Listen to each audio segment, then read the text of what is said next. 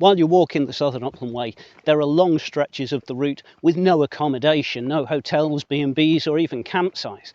So how do you cope with this? Well, there are various ways. Some of the hotels will actually send a car out to pick you up and bring you back to stay the night.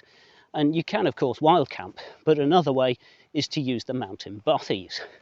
But what is a mountain bothy? How do you use it? How do you find where they are? What facilities do they have? Can you book them? And what do you need to do when you leave? Today, I'm going to answer all these questions.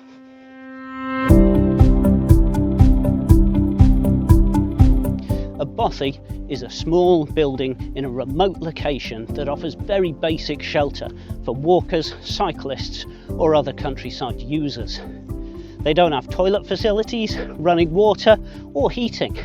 Many don't even have furniture. Some will have a fireplace or a wood-burning stove, but a lot don't even have that.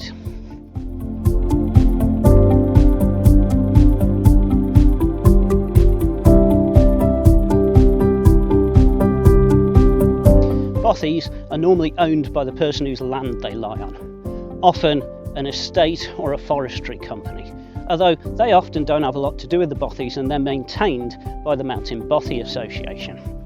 Of the 5 bothies along the Southern Upland Way, 2 of them, the Beehive Bothy, which is between New Luce and Bargrennan, and the Chalk Memorial Bothy between Dalry and Sanker, are maintained by the Southern Upland Way Ranger Service, otherwise known as Me and Ross. The others are maintained by the Mountain Bothy Association. They are the White Lagan Bothy, which is between Glentrool and Clattering Shores, the Overpoor Hope Bothy between Moffat and St Mary's Loch, and the one I'm heading to today, the Brattleburn Bothy, which is here a few miles north of Beatock.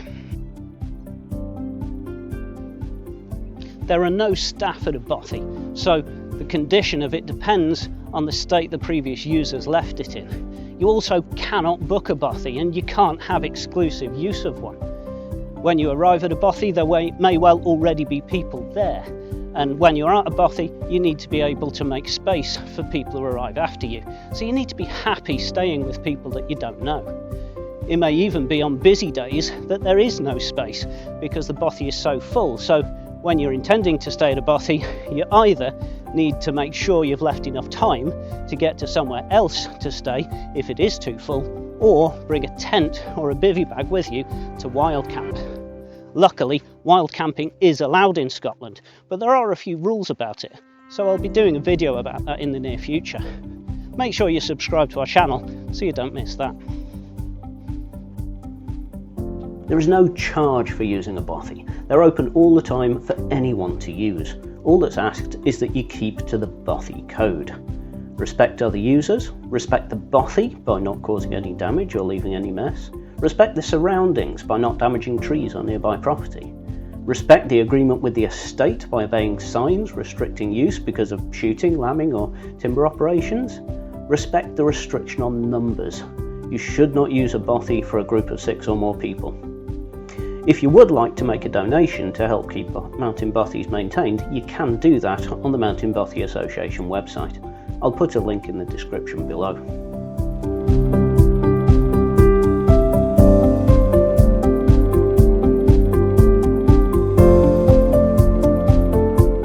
The only form of heating in a bothy will be fire. Many bothies do have a fireplace or a wood-burning stove, but not all do. So even in the summer, it can be really cold at night, so it's really important that you take lots of warm clothes when you're staying in a bothy.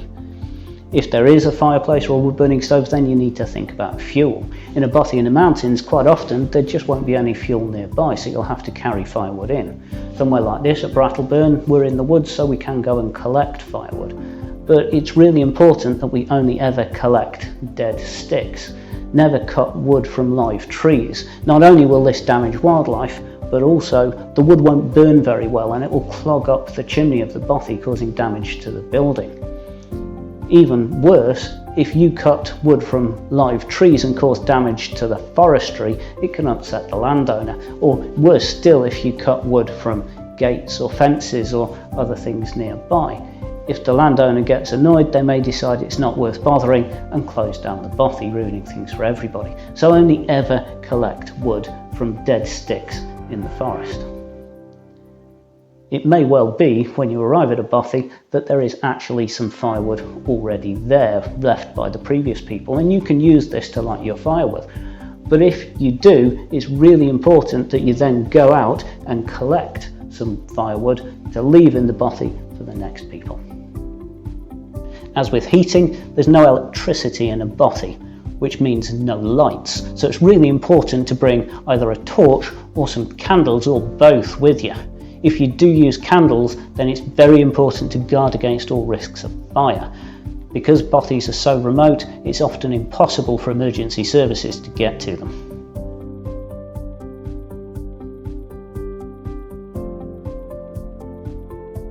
There will be no kitchen in a bothy, so you'll have to bring a camping stove with you and all the utensils that you need to cook yourself something to eat.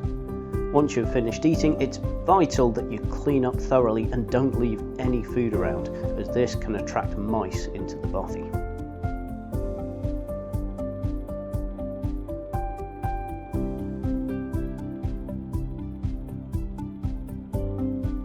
Bothies won't have beds and certainly won't have mattresses.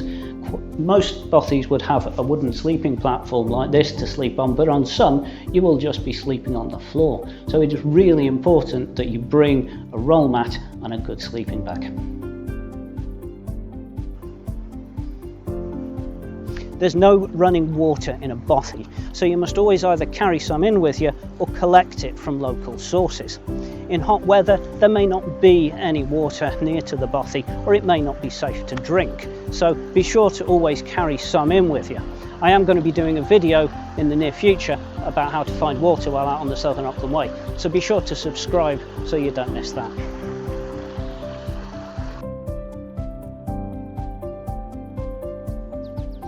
As with everything else in a bothy, there are no toilets here, so it is essential that you follow the Outdoor Access Code's advice on going to the toilet in the countryside. Therefore, you must bring your trowel and your toilet paper with you and use them appropriately. Again, I'll be doing another video about this in the future, so once again, subscribe to the channel. Each bothy has a bothy book where you can write a short paragraph about your visit and read about the experiences of others who stayed there.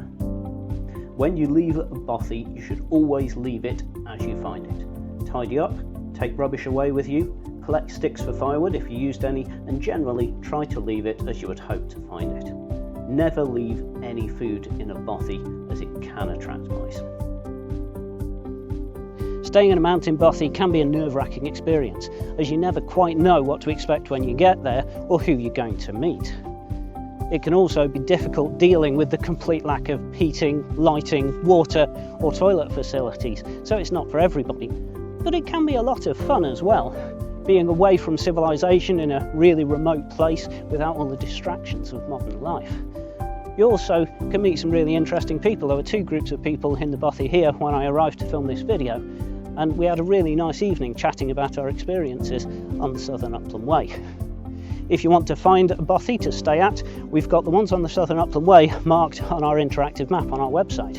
For other bothies, look at the Mountain Bothy Association website. They've also got a lot more information on there about what to expect when staying at a bothy, so it's well worth checking that out.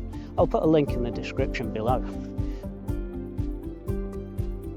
So if you're walking the Southern Upland Way and you've got a long stretch with nowhere to stay, consider staying at one of the bothies.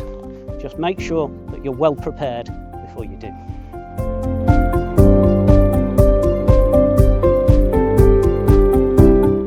I hope you've enjoyed this video, or at least found it useful. If you have, please do click the like button below. We also now have a donation system on our website, so if you would like to make a contribution to help us maintain the Southern Upland Way, I'll put a link in the description below. Even a small amount can make a big difference. Thank you for watching, and hopefully I'll see you out on the Southern Upland Way.